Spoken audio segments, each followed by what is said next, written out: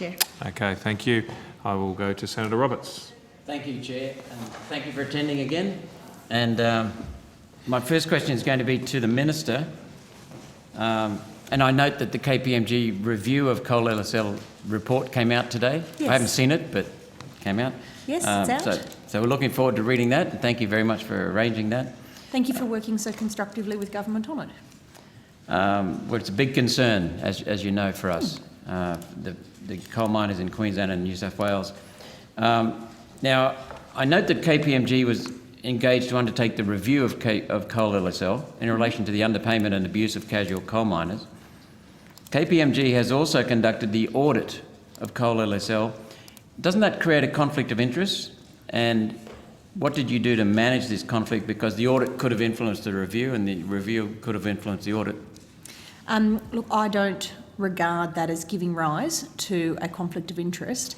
There was no direct financial interest for KPMG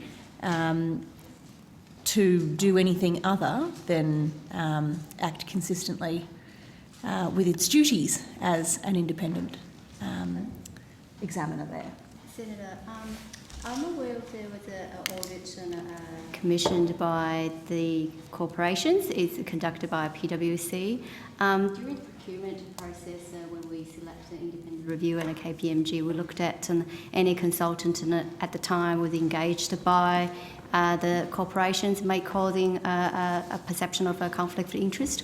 We have excluded. So at the time we engaged KPMG, and the KPMG wasn't working with the co-lines of the corporations on any other projects, but Ms. Perk may give an update on are they engaging KPMG on a consultancy?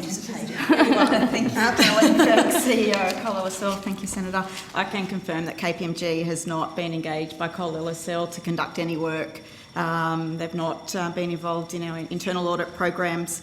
They're not engaged by the ANAO to do our external audit. So I think we're confident to say that any conflict of interest certainly wouldn't exist with KPMG conducting that work on us.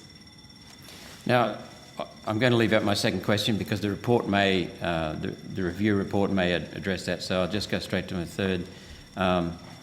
When will Coal LSL fix its broken system that disadvantages coal miners, casual coal miners everywhere? And when would you remove the biased and conflicted members from the board so workers get a fair go? I'm talking here specifically about what I see and what we've talked about for a long time now, the conflicts of interest with having significant, 50-50 Minerals Council New South Wales and CFMEU from New South Wales involved. When will that be addressed? Senator Roberts, without wanting to spoil your reading, because, spoiler alerts are sometimes needed on these things, one of the recommendations in the report is that there be independent directors added to the board, and the expectation that that would assist with dealing with the problem you raise. Okay, thank you. We're pleased to hear that. Last question, Chair. The One Key Resources case, where many casual coal miners missed out on their fair pay, back pay and conditions, seems to have been blatant phoenixing to us.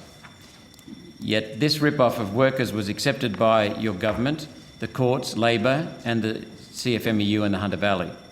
More needs to be done to protect casual coal workers to get equal pay, entitlements and safety.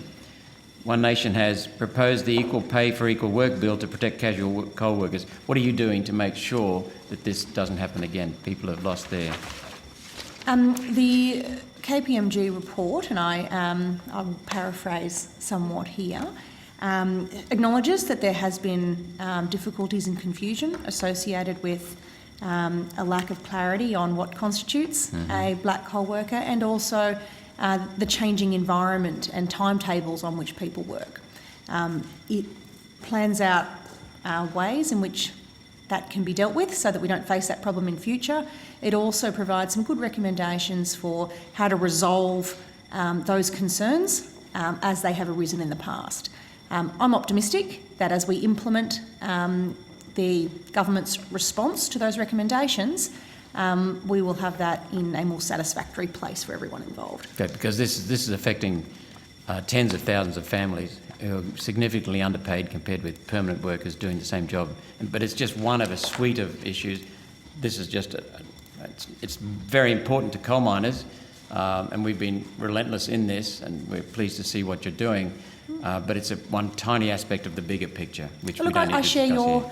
I share your sincere concern for making sure that this works for everybody, and that's why I'm really optimistic that what's come to us through the KPMG report and all of the recommendations to government have been accepted in one form or another, and I'm really pleased to say that we'll be working to do what's necessary to make all of that much more functional for the future. I look forward to reading the report, and thank you, Chair. Thank you, Senator Roberts.